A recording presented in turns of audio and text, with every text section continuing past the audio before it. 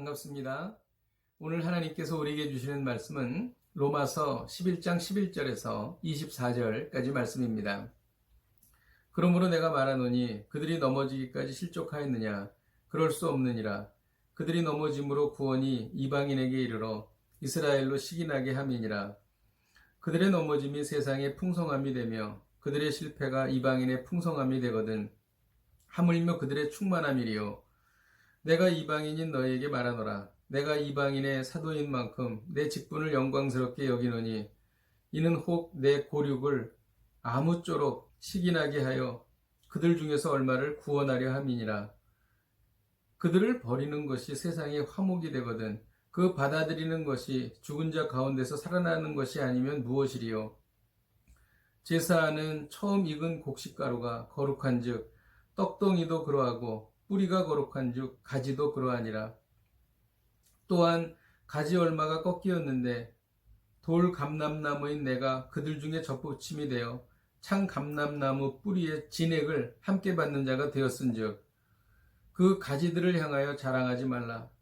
자랑할지라도 내가 뿌리를 보존하는 것이 아니요 뿌리가 너를 보존하는 것이니라. 그러면 내 말이 가지들이 꺾인 것은 나로 접붙임을 받게 하려 함이라 하리니 옳도다.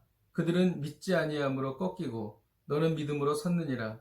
높은 마음을 품지 말고 도리어 두려워하라. 하나님이 원가지들도 아끼지 아니하셨은즉 너도 아끼지 아니하시리라. 그러므로 하나님의 인자하심과 준엄하심을 보라. 넘어지는 자들에게는 준엄하심이 있으니 너희가 만일 하나님의 인자하심에 머물러 있으면 그 인자가 너희에게 있으리라. 그렇지 않으면 너도 찍히는 바 되리라.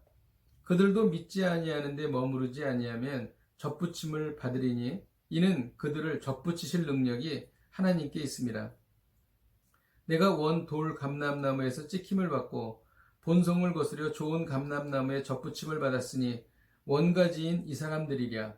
얼마나 더 자기 감람나무에 접붙임을 받으랴. 아멘. 바울은 동족 이스라엘이 구원받기를 간절히 원했습니다. 그러나 도무지 이스라엘이 구원받을 것 같지 않은 현실에 마주하고 있었습니다. 절망적인 상황에서 하나님께서는 바울에게 유대인과 이방인의 구원에 대한 놀라운 비밀을 보여주셨습니다. 그것이 바로 12절입니다. 유대인의 넘어짐이 세상의 풍성함이 된다는 것입니다. 유대인이 복음을 거부했기 때문에 이방인에게 복음이 가서 큰 구원을 이룬다는 것입니다.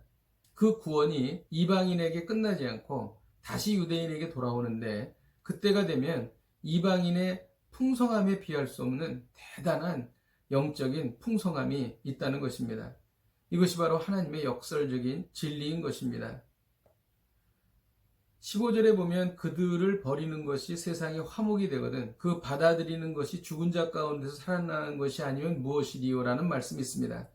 이 말씀은 유대인이 하나님께로 돌아올 때에 예수 그리스도께서 재림하시고 또 죽은 자의 부활이 있을 것이라는 것입니다. 이 진리를 깨닫게 되면 우리는 20절과 같은 결론을 얻게 됩니다. 유대인의 넘어짐으로 인해 이방인이 일어섰다는 것이죠. 그러므로 이방인은 높은 마음을 품지 말고 도리어 두려워해야 한다는 것입니다. 빌립보서 2장 12절에 두렵고 떨림으로 너희 구원을 이루라고 사도 바울은 말했습니다. 어떻게 우리가 두렵고 떨림으로 구원을 이룰 수 있을까요? 그것은 거룩한 시기심을 발해야 한다는 것입니다. 그것이 14절의 말씀입니다. 믿음 좋은 집사님들의 믿음을 시기하여 이를 본받아야 할 것입니다. 저분은 어떻게 저렇게 성경을 깊이 있게 읽으실까? 저분은 어떻게 하나님의 말씀을 저렇게 삶에 잘 적용하실까? 그런 것들을 보고 시기하여 질투하여 본받아야 한다는 것입니다. 그리고 하나님의 인자하심에 머물러 있어야 한다고 22절에 말하고 있습니다. 하나님의 사랑 안에 있으면 이웃에게 사랑을 베풀게 됩니다. 이웃에게 사랑을 베풀면 또다시 하나님은 하나님의 사랑을 부어주십니다.